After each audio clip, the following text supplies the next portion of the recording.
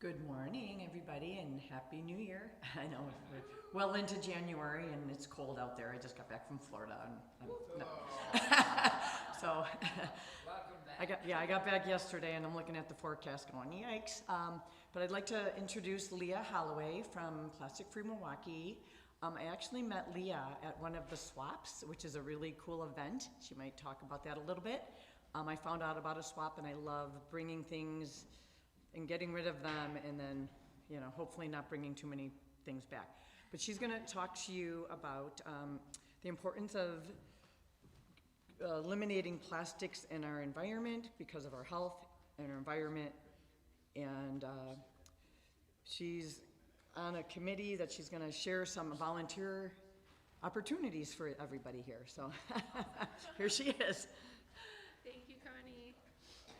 Hi, everybody. Get my notes off, otherwise some of you know me. I will go on wild tangents and we'll be here all day. Hi, thanks for having me here today. As Connie said, my name is Leah Holloway. I am the program manager with Milwaukee Riverkeeper. Can y'all hear me okay? With Milwaukee Riverkeeper, and we are a community-led, science-backed advocacy organization working for swimmable, fishable, drinkable waterways in the Milwaukee River Basin.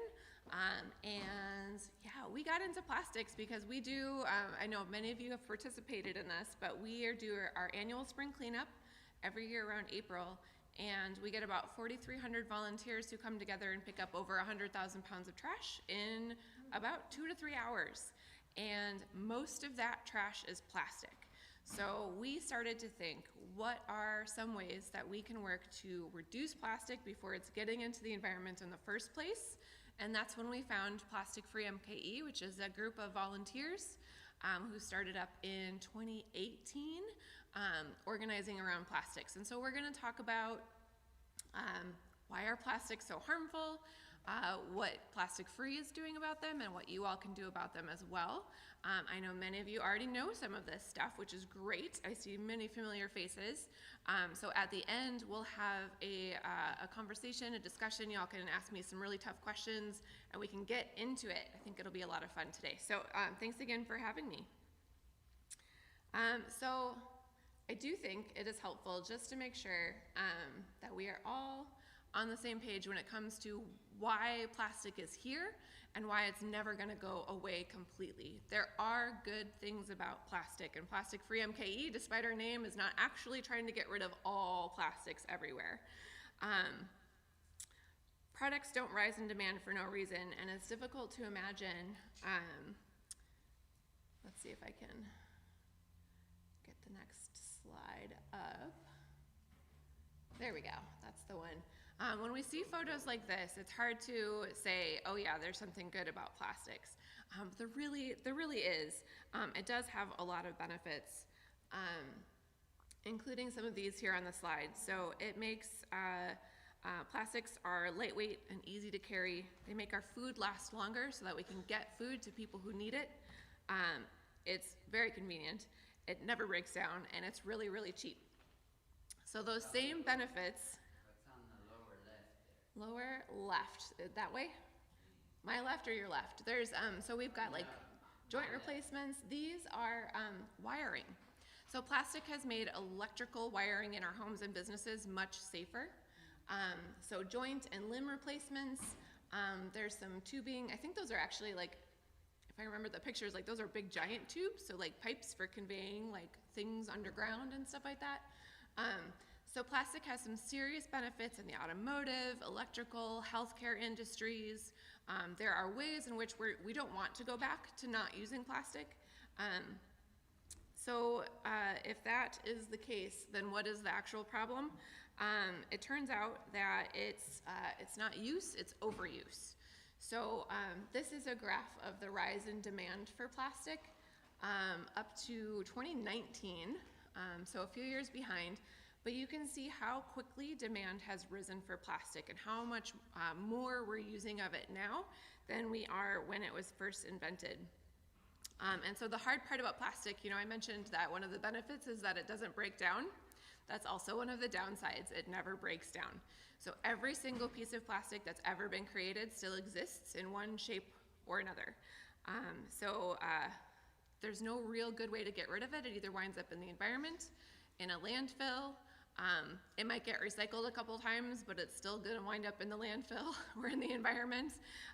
And even when it's incinerated, which is how a lot of places deal with their plastic pollution, it then winds up as like toxic ash in our air and our water. So not great. And the demand for plastic is expected to continue growing over the next few decades. So as we are trying to be more sustainable and we're switching from fossil fuels to renewable sources of energy, wind and solar and things, the fossil fuel companies are getting nervous. They're looking for a new source of revenue because, you know, they're poor and they need some help. So they found it in plastics because a lot of people forget that plastics are fossil fuel based. And so lobbyists from the fossil fuel and plastics and chemical industries are fighting really hard against legislation to slow down and ban plastics. And we'll talk more later about the Wisconsin ban on bans.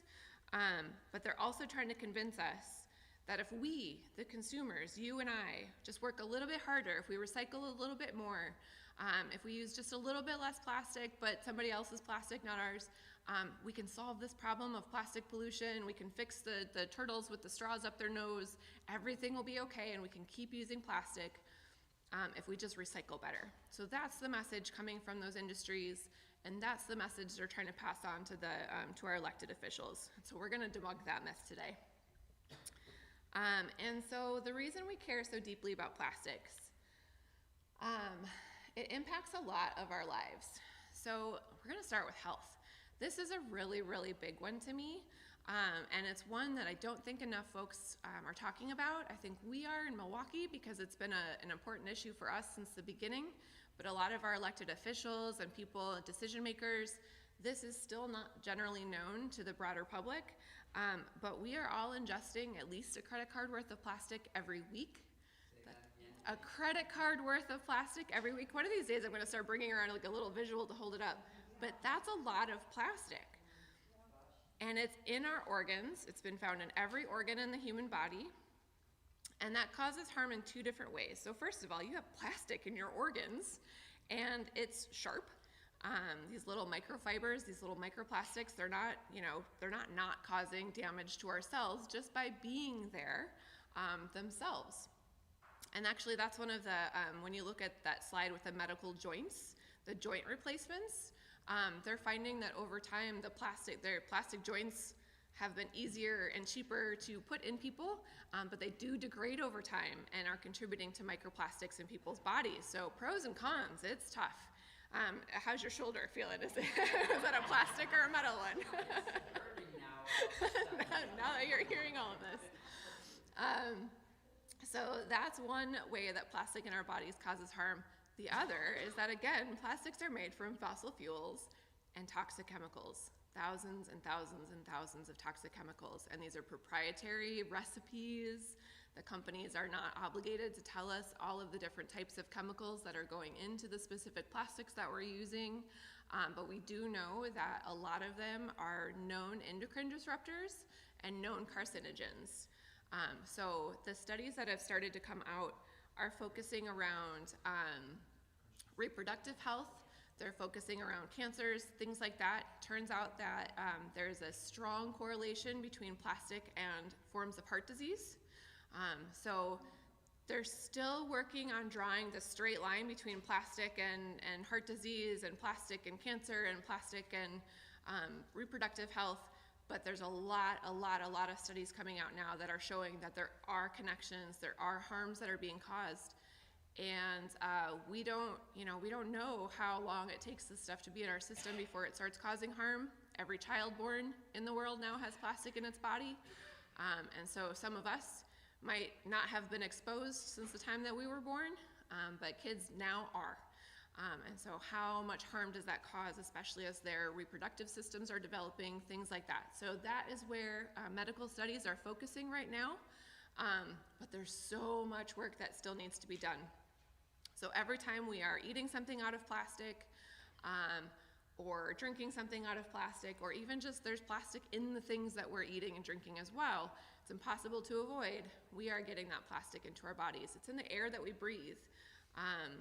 I don't remember what the sweater is made out of, but you know, like polyester fibers, most of our clothing is plastic these days. So those shed fibers that we're breathing in, our carpets are all plastic, everything. So it really truly is impossible to avoid, and it is causing harm to our health.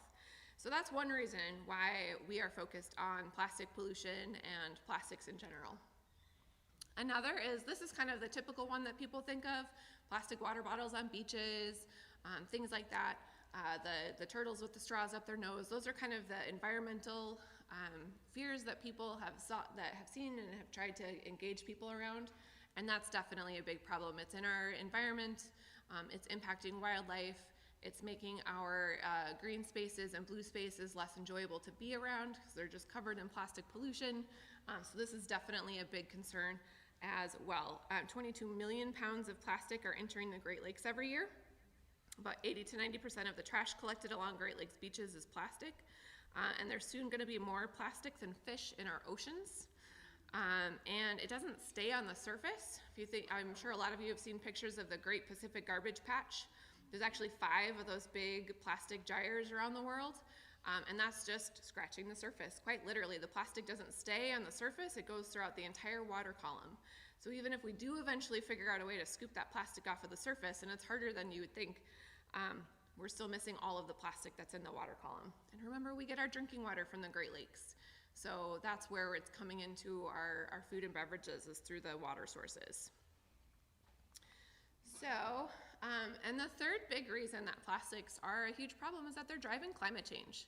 This is another one that folks aren't necessarily thinking about all the time. I see so many climate groups that aren't even talking about plastics as an issue, and I think it's such a missed opportunity, because plastic at every stage of its life cycle is going to be a bigger driver of climate change than coal within the next 4 to 5 years. It was predicted to be 2030. So again, plastic production is ramping up because it's a new source of revenue, and it's one that the industries know is going to be really hard for us to curtail. So I don't know if you can read these numbers, but basically it's just how rapidly the carbon emissions of plastics is scaling up. So yeah, this is going to continue to ramp up over the next few decades. So those are kind of the major issues. Why is it so hard to fix? I think a lot of you are going to know some of these challenges, but it's so hard to fix because it's a whole system. It's not just one piece. We can work on our part, we can work on the consumer part, we can try and buy things that are not made of plastic, we can try and reduce our plastic usage, but we just have control, and it's very limited control, over one piece of this puzzle, and every other step of the way is really, really hard for us to make a dent in. And again, even within our little bit of control, the consumer side of things, we have very little control. Because if you look at, yeah, so the top one up there is packaging. So that's like everything. Think about when you get something order shipped to your house, how much plastic packaging it comes in. We were talking earlier about, you know, in retail, stuff just comes wrapped in loads and loads and loads of plastic. Retailers can't even avoid it if they want to. So it's packaging, building and construction, other, transportation, consumer and institutional products is in the middle there, and then the textile sector. So those are the two where we maybe have a little bit of say, but not much, because again, we're told, we're given what's available, right? We can only buy what's on the shelves. And then we got electronics, industrial machinery, road marking, marine coatings, and personal care products way down at the bottom there. And this data is 2022 data. So this is always changing, but packaging is always at the top. Is that worldwide or US? This is, good question. I think world. It's from our world and data. Oh yeah, annual global plastic use, yeah. Say our world. Yep, global plastic use. Oh yeah, you can tell because they spelled tons with 2 E's, or with 2 N's and an ES. So yeah, this is global data. So yeah, it's not just here in the US, like packaging is the thing. And so I think, it's about half of all plastics is created specifically for single-use packaging. And that's just gonna be a really tough thing for us to tackle. Also, as consumers, plastic is hidden where we least expect it. And these are also things that we can't avoid. So the image here of the Coca-Cola can with the plastic lining, all aluminum is now lined in plastic, because if anyone remembers back in the days where aluminum cans were first coming out, things like Coke and tomatoes, so canned tomatoes, things like that, they would eat through the cans that they were in because they're so acidic. And so they were like, well, let's line the cans with plastic. The tomatoes can't eat through the plastic, but now there's hidden plastic in all of our aluminum and steel cans. My favorite picture on this image is the one in the middle on the top of the person squeezing sunscreen into their hand out of a plastic bottle, because everyone's like, oh yeah, plastic bottles. I'm replacing my plastic shampoo bottles with, shampoo bars and things like that. It's actually, there's plastic in the sunscreen. There's liquid plasticizers that are in a lot of our materials, and who's ever gonna figure that out and figure out how to avoid it on their own? So when I say plastics are hidden everywhere, I mean they're hidden everywhere. Then there's things like wrapping paper. It's not really paper anymore, it's very plasticky. Even like plastic Q-tips, tea bags. So again, if we're thinking about those health impacts, right? So plastics release their toxins most when they're heated up. So if you put your plastic containers in the dishwasher or in the microwave, if you have a plastic water bottle, hand wash it, don't put it in the dishwasher. The more it's heated, the more easily it releases toxins and microplastics. So even if you put it in the dishwasher once, it's more likely to release toxins and microplastics forever moving forward. So every time plastic gets heated, it releases more and more of those things that are causing harms to our health. So tea bags, perfect example. Not only are the tea bags themselves releasing like little microfibers of plastic into our tea, but we're heating it up and making those toxins more readily absorbable into our bodies. So talk to your tea companies about switching back to paper tea bags. Many tea companies, especially British teas and inexpensive teas, are now taking plastic out. Yeah, I've noticed that as well. Yeah, European companies are so much further ahead on stuff like this. Or buy loose leaf tea if you can, right? It's great that there's options, because not everyone can do the things that we think should be easy. So it's good to have options, and it's good to talk to these companies about kind of going back to the basics. Have you talked to Rishi, which is headquartered here? We have, yeah. It might be time for another letter writing campaign to Rishi. They're adamant about their plastic tea bags. We'll talk about recycling. I feel like once we get to the Q&A at the end, you'll probably have a lot of questions for me about recycling. It's always like the number one thing that people want to ask me about. Recycling, I'll shortcut, not a good solution to plastic pollution, okay? So many of these plastics are not recyclable, or the system is so complicated, it doesn't work really well. Only about 2% of the world's plastics are effectively recycled. So the companies that are out there saying like, well, we're gonna double the efficiency of our plastic recycling. Great, now we're up to 4. Good job, guys. So plastic recycling, not something I want y'all to stress about. If it's easily recyclable in the city of Milwaukee, if it's a number 1, a number 2, or number 5, and it's not black plastic, and it's not a funky shape, put it in your recycling bin. If it's anything else, reuse it. Try to avoid it in the first place, or just throw it out, because you're gonna stress yourself out about the recycling and trying to recycle things better, and you're gonna spend so much energy doing that, you're gonna not have enough energy to tackle other areas that might be better for your health and for the environment. Everything else, paper, aluminum, glass, steel, great, please recycle it. That is awesome. There's really strong markets, the systems work, those things get recycled, they get turned into new consumer products. It reduces the need to create those things from new. But plastic recycling is just never gonna be a large viable chunk of the solution. And I've been asked it, I should have said this earlier, we're gonna hold questions to the end so that we can work on stuff together. Wish cycling, which is kind of like, for me, this is like the fruits and veggies that come in the plastic clamshells. It says number 1 on there, but there's something about the shape that makes it really hard to recycle. So I put them in my recycling bin sometimes because I feel bad that I bought my berries in a clamshell. That actually makes things harder to recycle the rest of it. So Wish cycling, so putting something in your curbside recycling bin that's not actually recyclable can contaminate stuff that otherwise would have been recyclable. If you're putting something in there that is actually dangerous, like plastic film or wires wrapped in plastic, those can actually cause serious damage at the facility, where workers have to shut down the whole plant, so it slows everything down, and then workers have to actually like crawl on the equipment and untangle those things. So it's really dangerous. There's also, I don't know if you all know this, but our municipal recovery facility, our MRF, our recycling plant, burned down several years ago. They think because someone put a battery in the recycling. So, and that was a complete and total loss. No one was hurt. The building itself is still standing, but everything inside was completely decimated by this fire. So, wish cycling it's hard, right? We want the plastics that we're forced to use to be turned into something else useful. But we have to get into the habit of just throwing it away. The other challenge with recycling really quickly is that plastics aren't usually turned into something that has a long life. So a plastic water bottle might get turned into a t-shirt, which might get turned into a deck board after that. So it maybe has just a few more uses before it winds up in the landfill or in the environment anyway.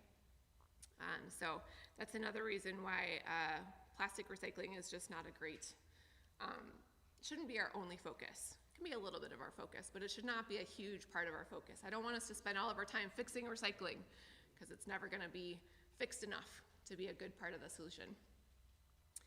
This is there's not a good map of what I'm trying to show here, but this is a funky map of the United States that's showing what states have bans on plastic and what states have bans on plastic bans. So this is why here in the state of Wisconsin, we can't just say, all right, no more plastic bags in stores. We can't say no more straws across the whole state, because we are one of the states, and on this, we're kind of in the middle. I always lose Wisconsin on this map. But we're one of the states that has what's called a preemptive ban. So it's a ban. The language was actually written by lobbyists. It was not written by legislators. It was written by lobbyists, and it was given to a couple conservative legislators, and they said, hey, go pass this in your state, and then it will protect the interests of the plastics industry in your state. So our ban says that no municipality can ban, tax, or place fees on auxiliary containers. So they're getting at styrofoam containers, plastic bags, things like that. So in other places, in the blue, the dark blue and the light blue states, they have some sort of ban or restriction on what can be sold or used in the state. So maybe they can't use styrofoam takeout containers, maybe they can't use plastic bags. Every state's a little bit different, but in Wisconsin, municipalities can't do that. Here in Milwaukee, we found a loophole. So straws don't contain anything, so the city of Wisconsin banned straws, which is great. Except, of course, there's no enforcement because the city of Milwaukee doesn't have much enforcement capabilities here, which I understand why, but it's frustrating because a lot of businesses still don't know that they're not supposed to use plastic straws. So you go all the time, right? Yeah.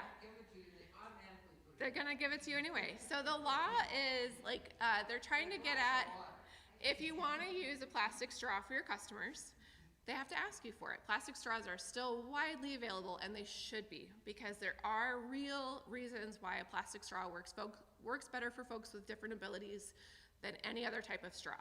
So they still do need to be available. That's one of those beneficial uses that I talked about earlier. But we should have to ask for them.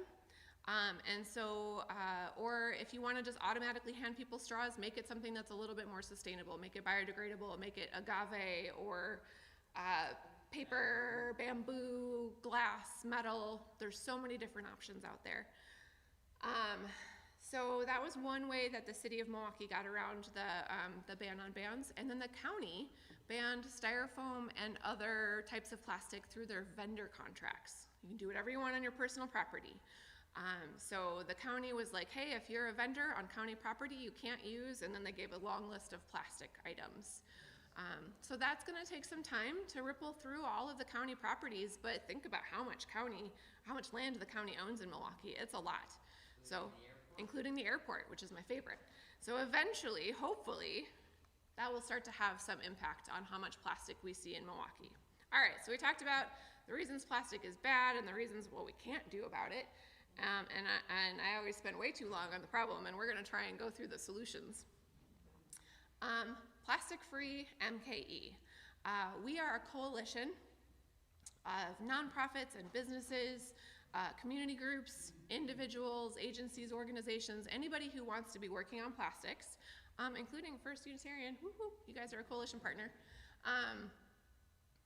We're working together to try and fix some of this on a systemic level, right? So it's a lot of these groups were already doing things to reduce plastic, and we're trying to bring everybody together so that we're not all doing it separately, so that we're not all reinventing the wheel, so we're not all creating messaging that is like conflicting or confusing, or we're trying to speak with one voice throughout the community of Milwaukee on plastics.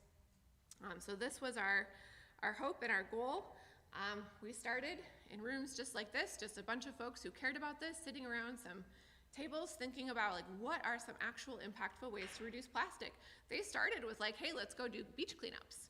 And then they were like, nope, those are great. We should still do those.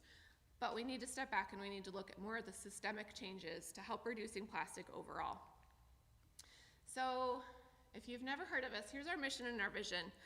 So our mission is to reduce the harms that unnecessary plastics, again, that unnecessary word, we're not trying to get rid of all of it, have on environmental health, public health, and social justice. We'll center those most harmed by plastics, build community around plastics alternatives, advocate for producer and polluter accountability, and use collaborative problem solving to eliminate plastics in the Milwaukee area. And our vision is a healthier Milwaukee for everyone. And that's the key thing that's up front. Whatever that looks like is great. We just want people to have a healthier Milwaukee, and hopefully free from the harms of unnecessary plastics. So that's what we're working towards. We do that in a lot of different ways. We have a pledge. As individuals, you can go on our website and say, I'm gonna stop using plastic bags whenever possible. And these are folks who are very early members of Plastic Free talking about their why. Why do they care about plastic reduction? Taking my grandkids to a sandy plastic-free beach. Miran, over on the end, he was 5 when he wrote that sign. He wanted to protect the ocean. So protecting animals and wildlife, there's a lot of different reasons on here. And so these are reasons why people have tried to reduce their own personal plastic consumption. And we want individuals who can make a change in their life to focus on progress, not perfection. We don't need anyone like completely 100% eliminating plastic from their lives. First of all, that's impossible. Second of all, it'd be really, really hard to do, and you'd be really stressed out all the time. So we want folks who can to make progress, make small changes, make one at a time, find one thing that they can try to switch out and work on that for a while, and then maybe they can do another one. But we don't want folks to get stuck on the perfection or getting so stressed out about reducing their own personal plastic consumption, again, because we're using a teeny tiny amount of plastic that is being produced in the world, okay? The companies, the corporations, the governments, they're using so much more than we are. So we do, at Plastic Free MKE, want to focus more on systemic change. So these are some of our initiatives. This is our plastic bag monster. Sometimes you'll see the monster out and about at community events. They are wearing, absolutely. They are wearing 500, well, I just gave away, they're holding a sign. How many plastic bags am I wearing? 500 single-use plastic bags. That's the average amount a person in the US uses in a year. That's a lot, especially when you consider some of us who maybe use like 3. So somebody's making up for me. I don't know who it is, but they're making up for me. So we'll go out and we'll do community education. We go to events. We did some events at Pick and Save to help encourage those who had bags in their car to go back and get them. We've helped support near zero waste events, runs, things like that. We did work with the city and the county on those pieces of legislation that we talked about. We are advocating so hard for a program that we're calling Reuse MKE, which would be a reusable container program, so that if you go to an event at American Family Field or Fiserv Forum, you would get like a reusable cup.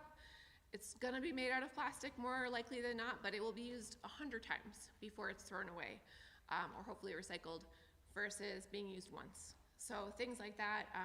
Other communities have reusable takeout container programs where you can go to your favorite restaurant, get your takeout, eat your delicious food at home, and then return your takeout container to a whole different restaurant that's also participating in the program. So that's something that we're advocating for. We have our lake-friendly programs. So lake-friendly just means, reducing plastic and keeping it out of our lake. We have restaurants. We have about 30 businesses that are involved in the program. As of yesterday, we have 3 neighborhoods that have found ways to commit to reducing their plastic consumption. So Sherman Park was the first, Shorewood was the second, and as of yesterday, Washington Heights also joined the program. So I'm super excited about that, especially because they're teaming up with Sherman Park. It's gonna be great. A lot of community outreach and education. We have classroom programs. We'll go into schools. So if you know of young people who need education in their schools on plastics, we have a whole toolkit on our website that educators can just use on their own, or Milwaukee Riverkeeper has an educator who can come in and teach about plastics. And then as Connie mentioned, we have our stuff swaps. And these started, I think, four or so years ago. And it's just trying to reduce the amount of stuff in our communities. We all have things in our homes that we no longer need, but that are still perfectly good. And we can give them to somebody else who wants to use them, and then find some new good stuff to take home with us. And like Connie mentioned, the challenge is always not finding more stuff to take home with you than you brought. Everyone I talk to is like, this is my challenge, and I failed again this year, because there's so much good stuff at these swaps. I have found the most amazing things. They're so fun. They're great. They build community. Neighbors meet each other. They get to talk about stuff. Oh, I brought that. Oh, hey, like, where did you find that? That's so cool. They're one of my new favorite things. And after one of them, I learned that reusing clothing, so thrifting clothing or getting clothing at a swap, reduces its carbon impact, or reduces its emissions by 90%. So just giving our clothing more life reduces those carbon emissions. And we think at one of our swaps, we prevented about 107 pounds of plastic packaging if we had bought all those articles of clothing brand new. It's hard to get metrics out of a swap, but that one we really focused on number of clothing items, and we think we reduced about 100 pounds of plastic packaging. So, very fun. We'll have more swaps this year. These are our lake-friendly business guidelines. So the businesses in the program, provide reusable tableware. They don't have styrofoam anywhere that they can, they don't order any of it. Some of their products might come in it, but they're not ordering it.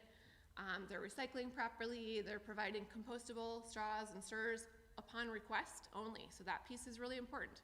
Just because it's more sustainable, still, if it's single use, it's still not great. It still takes a lot of energy and resources to create those things. So trying to get rid of that single-use mentality altogether where we can. And no plastic bags for to-go orders. And then there's a few other, there's a set of 5 guidelines and they choose one. This needs to get updated. Not all of these businesses are still around, unfortunately, but we have some new ones to add in.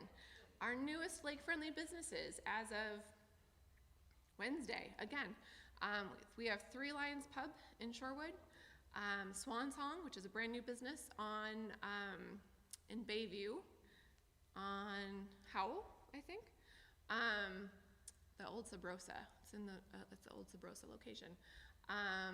What was it? Oh, Kumba Juice and Coffee. So they're also a lake-friendly business as of Wednesday. So this is a growing program as well. We do refill stations. So we go to community events and we bring big jugs of water and we give it away in reusable water bottles, or hopefully people have their own reusable water bottles that they bring and they can refill with us. So we did a lot of marches and rallies in 2020. That's how it started.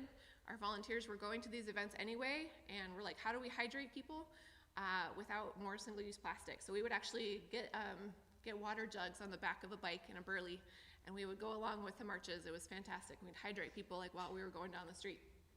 So that has continued. We go to big festivals like Pride Fest every year and reduce thousands of the single-use plastic water bottles. Metal Fest loves us. It's like the greatest community ever. They're so fun because hydration is metal. And they're so into it. And they also, they run their own refill stations every year with our support. They're a great partner. So anywhere that we can help reduce single-use plastic water bottles, we will go and do a refill station. We have the Plastics Education Toolkit that I mentioned. This is just on our website for anyone to use. What else? Oh yeah, and we want to be a model for other communities. So I'm actually in conversation with communities around the state who either have their own plastic-free groups or want to have their own plastic-free groups, and we're collaborating. Again, we don't want folks to reinvent the wheel. Let's share what we know. Let's share the resources we have. Let's do this work together. So we're working with communities around the state of Wisconsin. I've got partners that I work with on the East Coast, in Florida, around the Great Lakes. So a lot of good collaboration. Okay, really quickly, some individual actions. And this is my favorite. Honestly, we don't need it. We do need individual action. So reducing your own plastic consumption, that helps protect your health. But mostly what I ask of all of you is to be leaders, to talk with your friends and family, share this message that you're learning, help them understand the importance of it, and help them make small changes, or even if they're not able to make changes, again, have these conversations with their friends and family. So be the leaders, lead by example, show others in your community, talk to your elected officials, talk to your friends, and spread the awareness of what we learned about here today. You can definitely get involved with Plastic Free. Many of you already are. I really appreciate your efforts. So we have a lot of events coming up that I'll share in just a second. And follow us on social media, share our message, invite us to more things like this. We love talking to community members. Let us know where we can help other folks understand plastics better. And last slide. There we go. Here is our winter community meeting. It's going to be February. I don't think that's right, actually. I think it's February 25th. Did I get that wrong? Hold on. Let me double check. Got one this week. Yeah. Oh, yeah. The meeting, there's a week. Yep, that's where it was. So it's February 25th. Ignore that slide. February 25th at 5:30 p.m. at the Riverside Park UEC. We will be screening the film Microplastic Madness, which is one of my favorite documentaries ever. It's about kids in New York City who got their elected officials to take action on plastics, which is very, very cool. And we're gonna have folks from Milwaukee Public School District come and talk to us about the school's sustainability action plan, or the district's sustainability action plan. So February 25th, it's a Wednesday. We hope you'll join us for that. And then we'll have, at that meeting, we'll be able to share dates of our upcoming swaps and other events that are coming up soon. So I will wrap it up there, and let's get into some questions or thoughts that you want to share with folks. Yeah. Well, there are vast amounts of disposed plastics out there. Why isn't there more of a technological mix with chemical engineers or chemists to recycle this stuff? Why is it only 2% that gets recycled? Yeah, so the question is, there's a ton of plastic waste already out there. Why isn't there more focus on collecting and recycling it? Well, even just chemists or whoever, just to recycle. Yeah, so chemical recycling is a new type of recycling that's come out, and it's, so we don't actually like it very much because it's using a ton of chemicals to break plastic down into its component parts. It takes more energy and more chemicals and more things to do that. And it's also a very pollutive process. And then we're still just kind of getting back to a base level that then also has to be reformatted with tons more chemicals and things. So I'm not a huge fan of that, of chemical recycling as a solution. There are groups that do try and do like these really massive cleanups and get some of this stuff out of the environment. And sort it as best they can, and at least get it contained in landfills rather than in the environment. But there's just not a good, effective way to really recycle some of these things. So many of them are, if you think about like a chip bag, for example, that's like aluminum and plastic, several types of plastic all mashed together. And so sorting that and getting it into its component parts and then trying to recycle that from there, it's really, really complicated and resource intensive. So there's just not a good solution for some of those things, unfortunately. Yeah. So, I had my house replumbed with PEX piping. Mm-hmm. Because I had galvanized iron that was no longer working, the water wouldn't flow. Is PEX safe? Is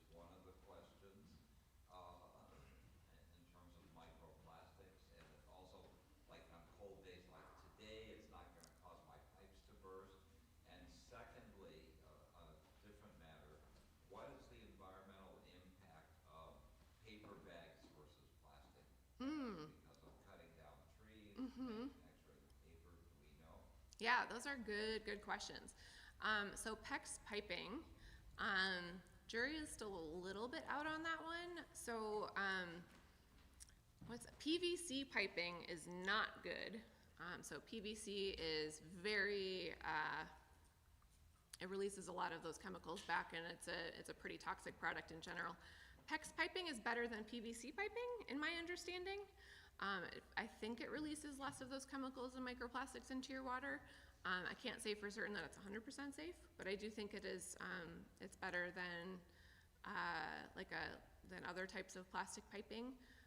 And then there's pros and cons to like lead and copper piping too, right? So there's no, well, lead's very dangerous. Copper has some health impacts as well that we don't talk about as much. There's not like one perfect answer for our piping in our homes. So I think you did the best that you could on that one. It's tough.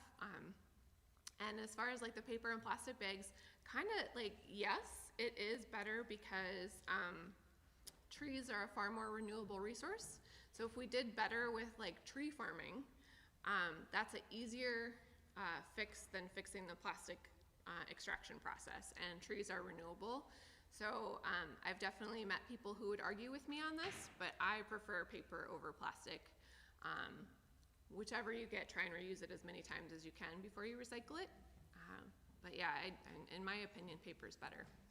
But there's so many pros and cons, and how does an individual know?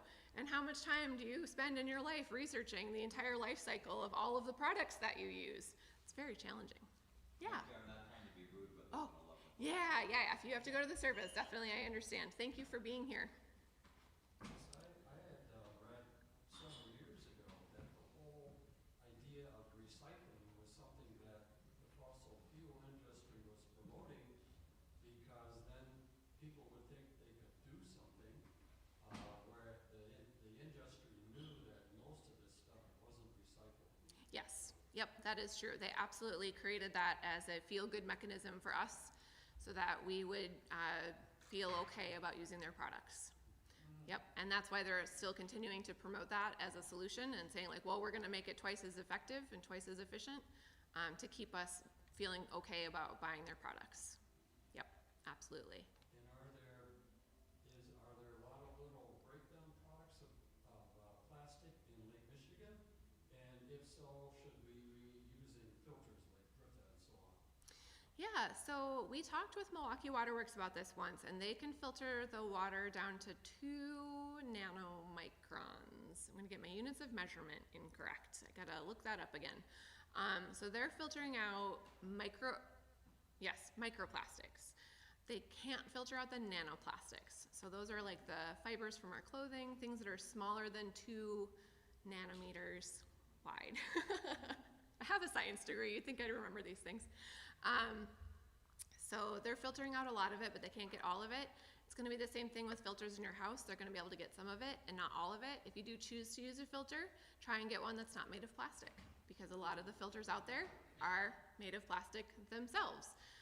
And they also have a hard time getting those really, really tiny plastic fibers. Yeah. Quick question, and you may not know the answer to this. My stepdaughter lives in an apartment complex that recently was bought out, and the new owners there took out all the recycling bins. And I asked the property manager, I said, what's going on here? All I see is just the garbage bins. It is located in Oak Creek, so it's still out in Milwaukee County. And what they're doing is breaking the law. Yes. Because that's against it. I looked it up, the Wisconsin state statute on that. Who should she complain to? Would you have any idea? Yeah, so she can start with the city of Oak Creek. I think it's the city, because I was thinking for a minute it was the DNR would be responsible for that. The DNR might be an option if the city doesn't do anything, but start with the city of Oak Creek. I've had that conversation. I am friends with the person who does materials recovery for the city of Milwaukee, and she told me that that is like a city responsibility, and that the city, like in Milwaukee, the city would come and fine that place, and they can too. They'll put a fine on there where if every day they don't bring those recycling bins back, they have to pay to the city. Of course, the city has limited capacity to go do those things.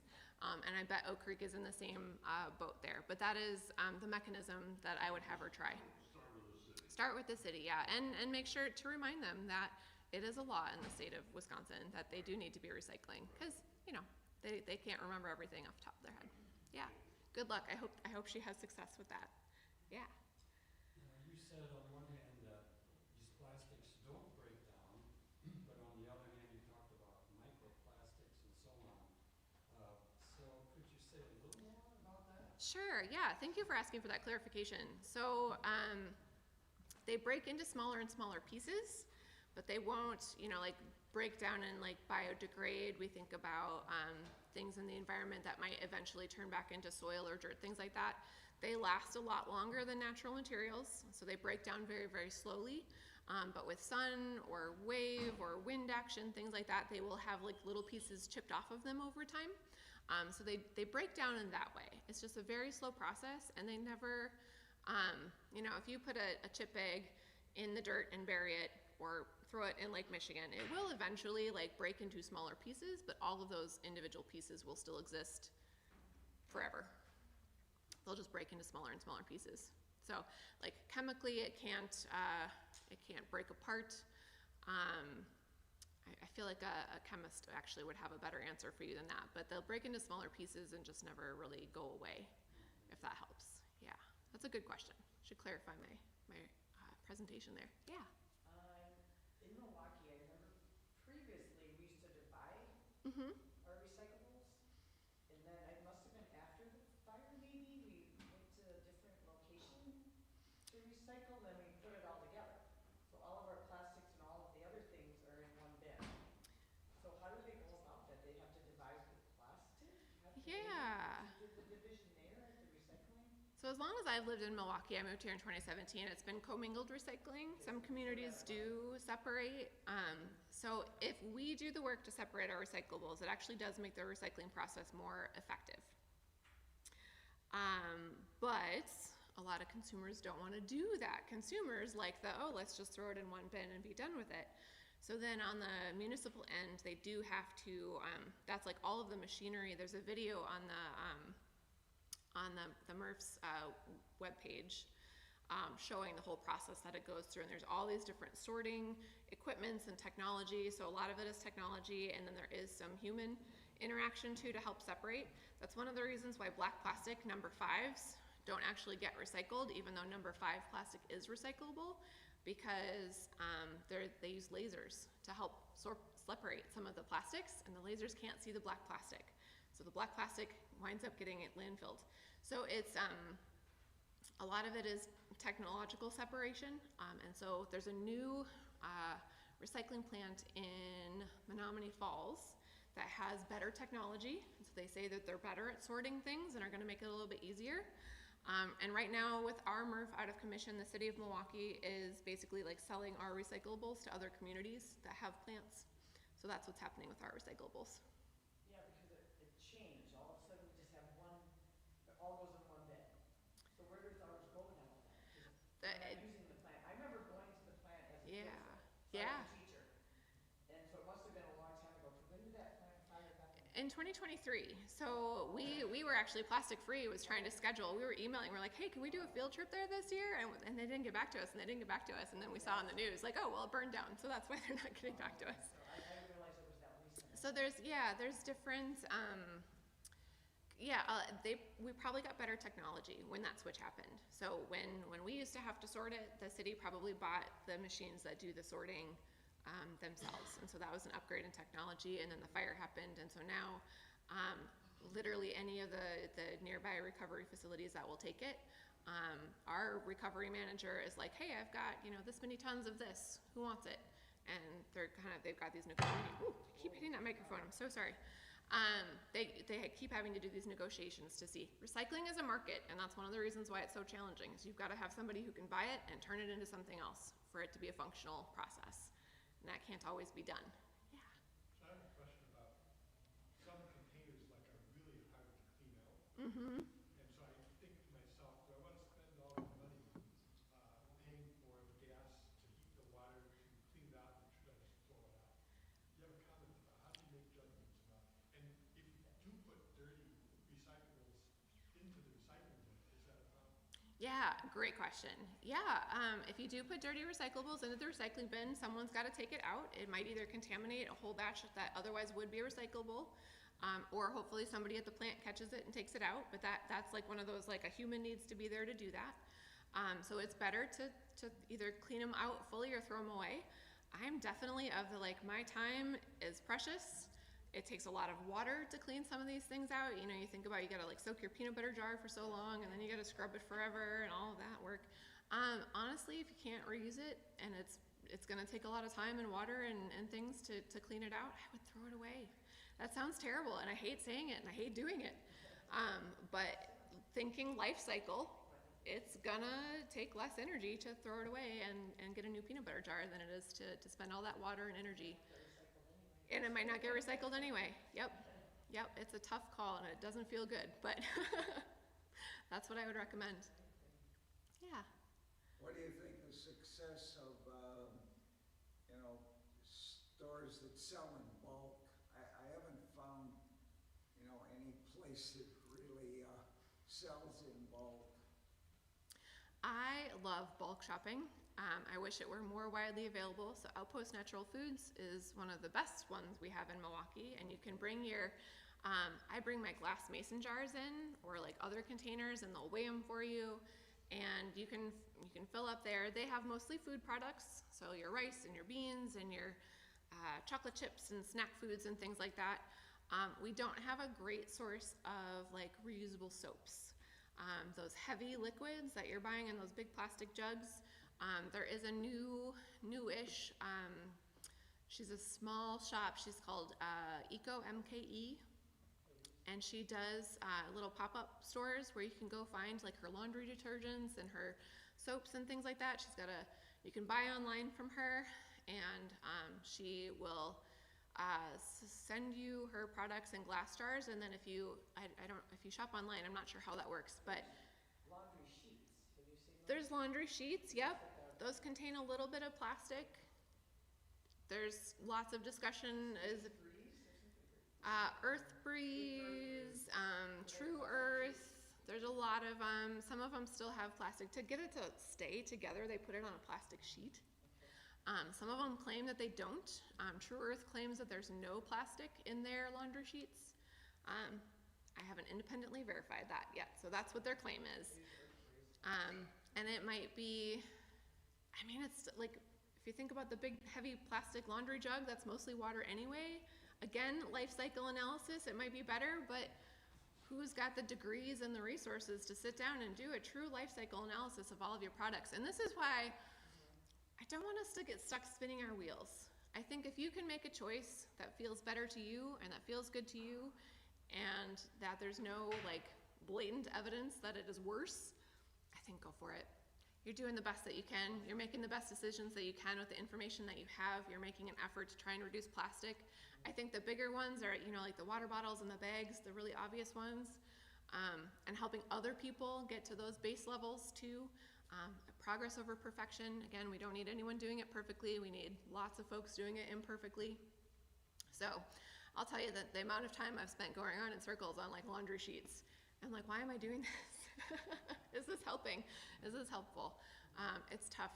It's very tough. But I appreciate all of the care that you all put into these, thinking through these things and thinking about what is the best product and what is the best thing that I can do.